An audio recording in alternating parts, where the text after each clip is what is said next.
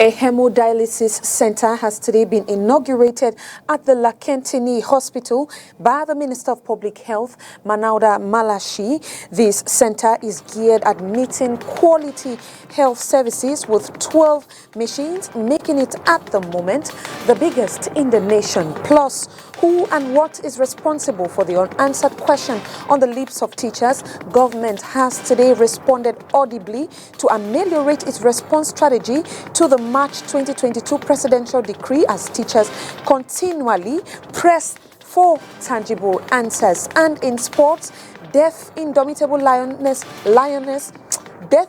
Lions currently at the Deaf World Cup Championship have been eliminated, losing all encounters, returning with 0 points. And those were our top stories.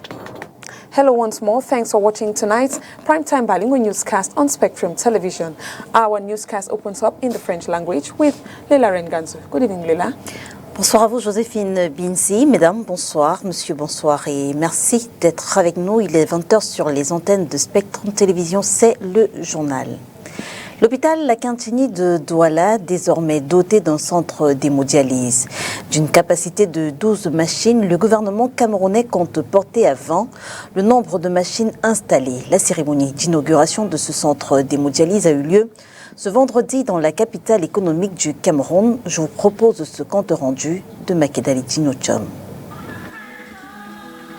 Les patients insuffisants rénaux peuvent désormais effectuer leur séance de dialyse ici, à l'hôpital Lakentini de Douala. Ce 29 septembre, le centre d'hémodialyse de cet hôpital a été officiellement inauguré par le ministre de la Santé publique. Très hautes instructions de M. le Président de la République relativement à la disponibilisation des soins, en termes de demande de soins, et à la qualité des soins en termes de plateau technique et du personnel formé. Je pense que si nous avons ces deux choses en mémoire, nous pouvons tout de suite nous rendre compte que l'ouverture de ce centre nous le rappelle tout de suite. Nous pensons que cette pathologie qui rentre dans la phase 1 de la couverture santé universelle est mieux suivie que les autres et devra pouvoir s'améliorer pour que, à la fin, quand vous finissez votre séance de dialyse, que vous ne soyez pas encore obligé d'aller vous coucher, mais que vous pouvez jouer au football parce que la qualité y est et le matériel est sur place. Avec 12 machines installées actuellement, le gouvernement compte renforcer la capacité de ce centre d'hémodialyse de l'hôpital Lakentini, ce qui fera de celui-ci le plus grand centre d'hémodialyse du pays. Le centre a une capacité actuelle installée de 12 machines, c'est-à-dire que vous avez une machine en individuel, une autre, deux machines en individuel et 2 salles de 5 machines. Mais le centre est amené à avoir une capacité de 20 machines avec 2 machines, n'est-ce pas, en secours, parce qu'au cas où on a une difficulté sur une machine, il faudrait bien qu'on supplée rapidement avec une autre. Et nous avons 2 salles d'eau, au cas où il y a une salle d'eau qui a des problèmes, que l'autre salle d'eau puisse être également venir pour suppléer celle qui est gâtée. Donc nous avons globalement une capacité de 20 machines et 2 machines en back-office et puis 2 salles d'eau. Ce qui est d'ailleurs, disons-le comme ça, le plus gros centre parce que les autres centres sont à 12 machines, mais ici nous en aurons 20 machines.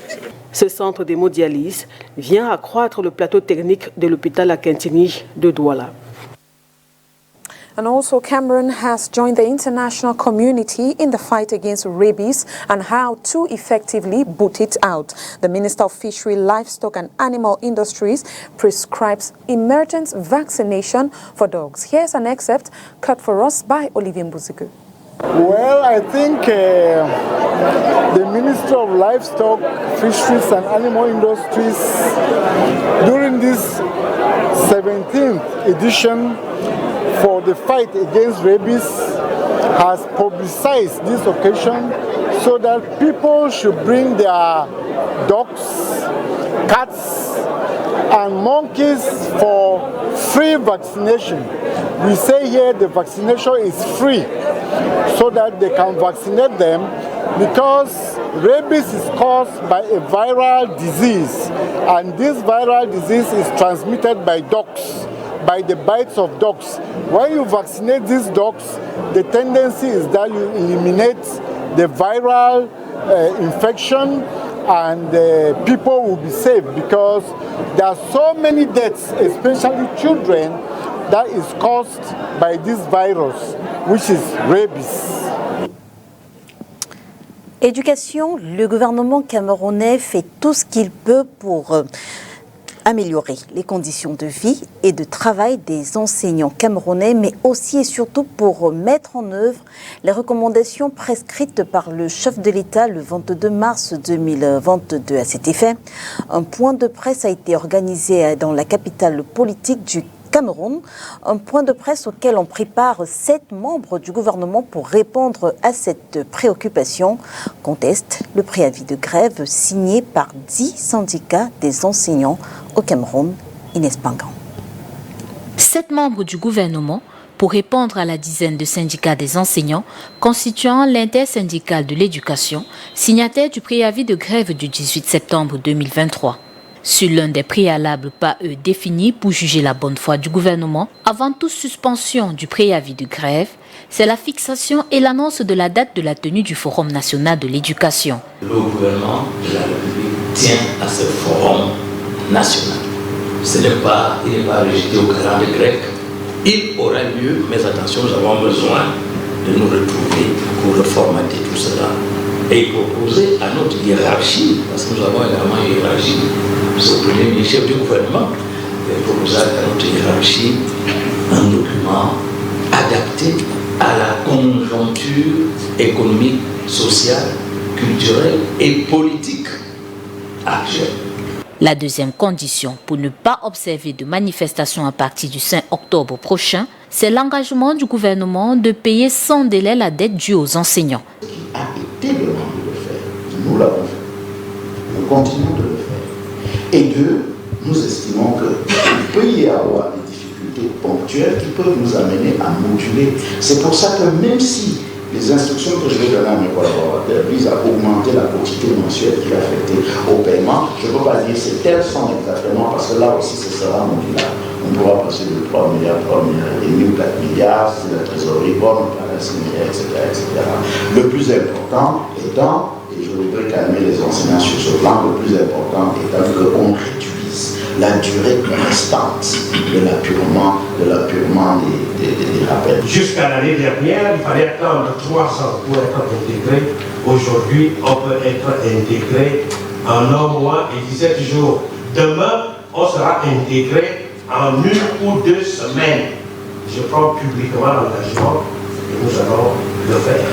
La communication gouvernementale de ce 28 septembre 2023 à Yaoundé donne l'occasion aux membres du gouvernement de présenter ce qui est fait depuis mars 2022 pour la mise en œuvre des mesures présidentielles visant à répondre aux revendications alors formulées par les enseignants.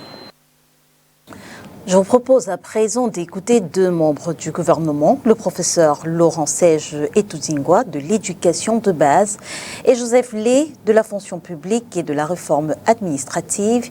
Ils reviennent tous les deux sur ce qui est fait pour réduire les délais de traitement des dossiers de contractualisation, d'intégration et d'avancement des enseignants.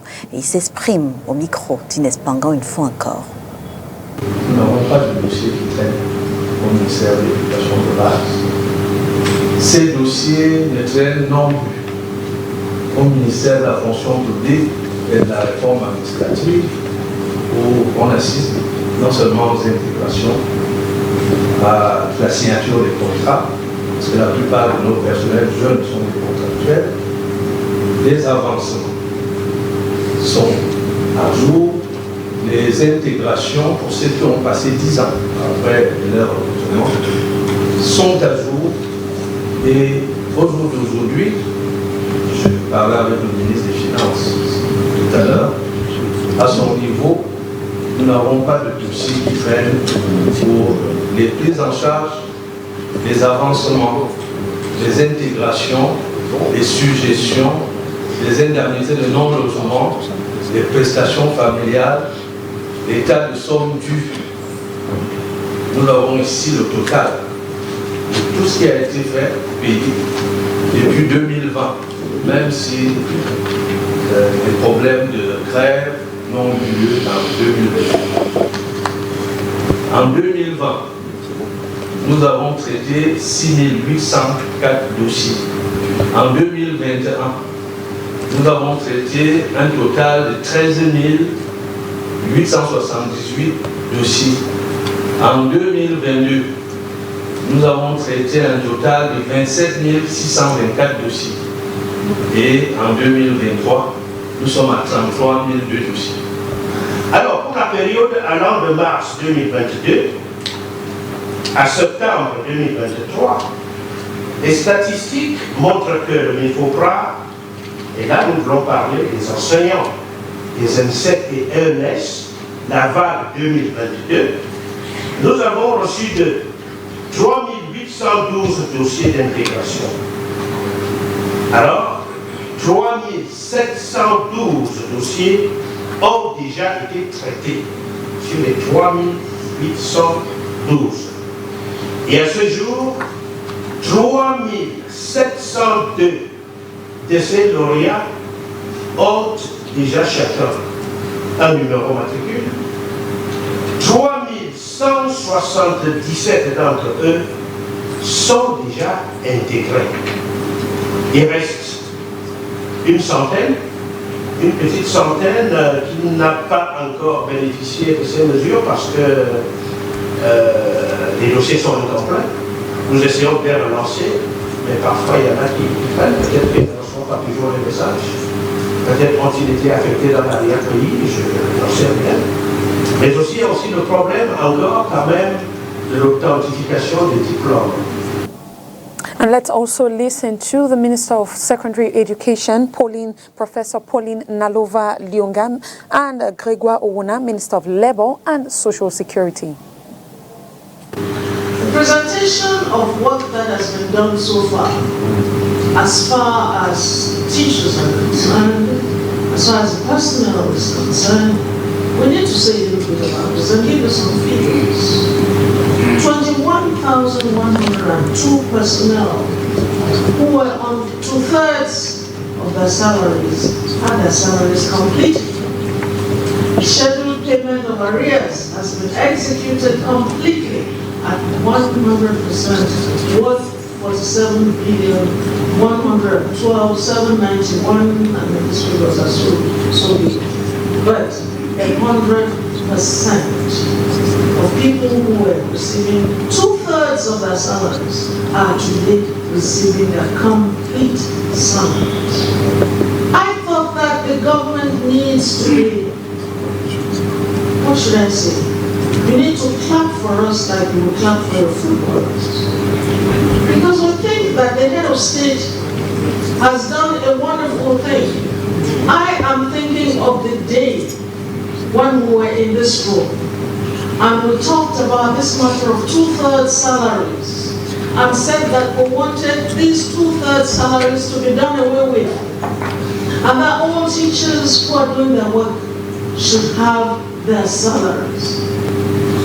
In addition to this 21,000 personnel, 9,925 housing allowances were paid automatically.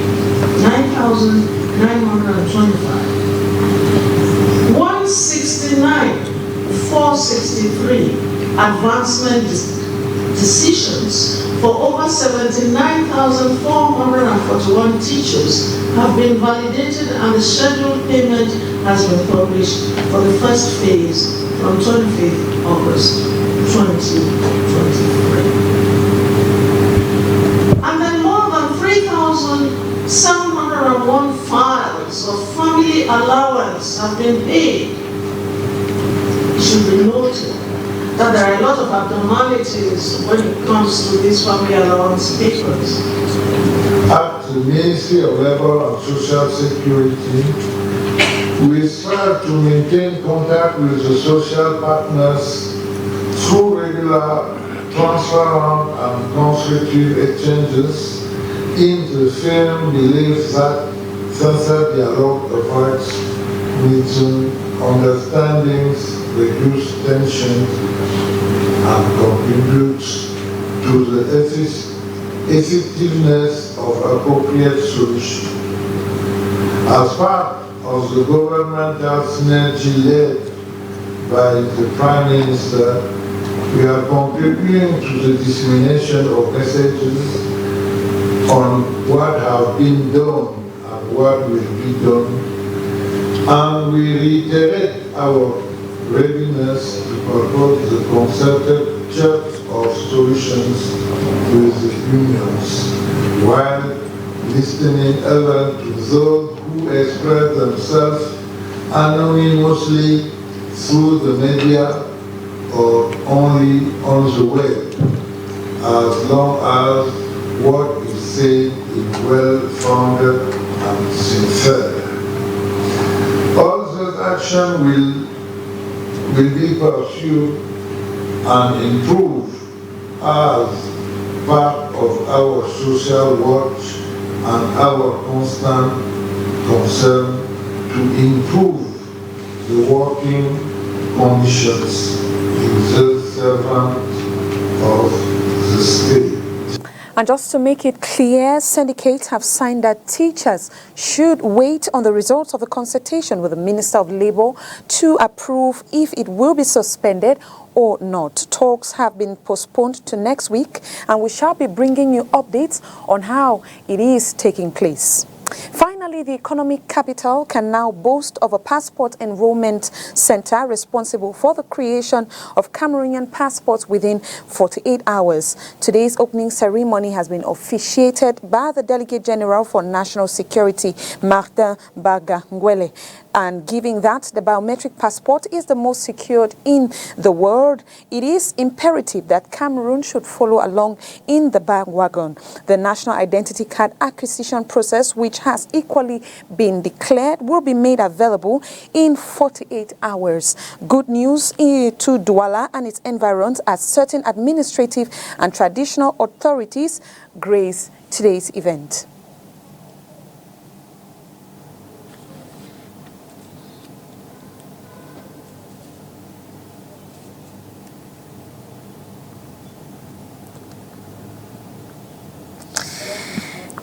Et nous poursuivons ce journal en parlant de la mise en œuvre du SND 30. Le gouvernement camerounais fait le point, notamment en ce qui concerne le secteur rural. On retient que plusieurs entraves ont été enregistrées dans la mise en œuvre. Cependant, les experts recommandent un appui financier. Ceci permettra de relever de nombreux défis. Ça, c'est vous qui le dites, Olivier Bouziqueux, parce que vous avez assisté justement à cette cérémonie. En 2022, la mise en œuvre des interventions du gouvernement à travers la SND 30 dans le secteur rural a fait face à des contraintes majeures résultant d'un contexte national et international particulièrement mouvant. Parmi ces contraintes, l'on retrouve l'instabilité sécuritaire, la hausse du prix du carburant, les changements climatiques, les conséquences du conflit russo-ukrainien, entre autres. Et on a vu qu'il y a des problèmes de financement. Donc, la recommandation, c'est peut-être de trouver des sources alternatives de financement pour booster la production dans son ensemble. Malgré ce contexte fluctuant, le gouvernement, avec l'appui de ses partenaires techniques et financiers, a poursuivi la mise en œuvre de sa stratégie de développement rural à travers des mesures budgétaires, fiscales et réglementaires visant à garantir l'atteinte des résultats fixés. Nous continuons encore d'importer des produits pour lesquels le potentiel national est suffisamment important et qui méritent d'être pris en compte.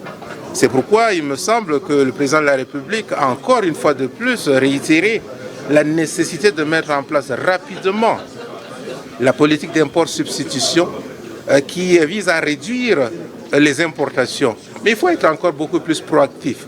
Nous ne sommes pas dans une dynamique uniquement de substitution, mais nous devons aller vers la conquête des marchés internationaux. L'organisation de cette revue sectorielle 2022 est donc l'occasion de dresser un bilan critique des avancées importantes dans le secteur, d'identifier le chemin qui reste à parcourir ainsi que les pistes de solutions pour maintenir le cap fixé par la SND 30 en termes de contribution du secteur à la transformation structurelle de l'économie. On our international page, a teacher in Kenya is using artificial intelligence to make studying accessible to most young Kenyan children. Details with our international page, VOA. The cost of books and materials is too high for many poor Kenyans who want to get an education. Books for the school year can cost more than $100, more than many can afford to pay. To help, Longhorn Publishers in Kenya created an online platform called Loho Learning. It is enabled by artificial intelligence and helps users access all textbooks and videos for $15. So the first product that we came up with was e-books, because books make one of the core elements of learning within the education curriculum. Secondly is comprehension. So books alone don't get learners to meet the learning objectives. You also need technology to help ensuring that there is understanding within classroom. The Loho Learning platform is available both online and offline to help those who have no or limited access to internet. Let me take a subject like science, integrated science, where they learn about, finding the pH of various things at home. So in our virtual lab, we have simulations that enable them to do that, so they can, drain those solutions and measure the pH. So that is making it more live than what they just read in a book. Officials say more than 25,000 students like Susan Namutosia are using the platform, including camp refugees and people living in remote areas. Reading online is easy to understand simply because the notes are specifically arranged and you can get them easily. But reading the textbook, you can waste a lot of time by searching for the notes. The washing away of the soil. According to the UNESCO Institute for Statistics, Sub-Saharan Africa has the highest rate of education exclusion. Over 1/5 of children between the ages of 6 and 11 are out of school. The Kenyan government says it will be implementing reforms to help increase attendance in primary schools. Innovators like Onganga say artificial intelligence can change traditional learning and reduce the equity gap in education. Victoria Amunga, VOA News, Nairobi.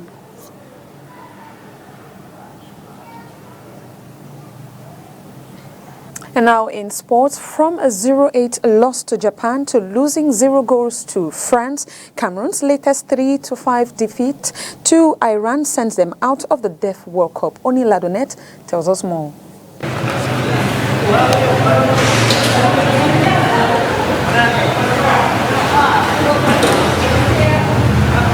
Cameroon's hope of advancing to the next round of the World Deaf Football Championship were dashed by a 5-2 defeat to Iran on Wednesday in Malaysia. Christian Serge Lambou Xavier scored both of Cameroon's goals, but Iran fought back with 5 goals of their own to end Cameroon's first Deaf World Cup participation. Lambou gave Cameroon the lead in the 25th minute with a low shot from a corner kick. Iran equalized less than 10 minutes later.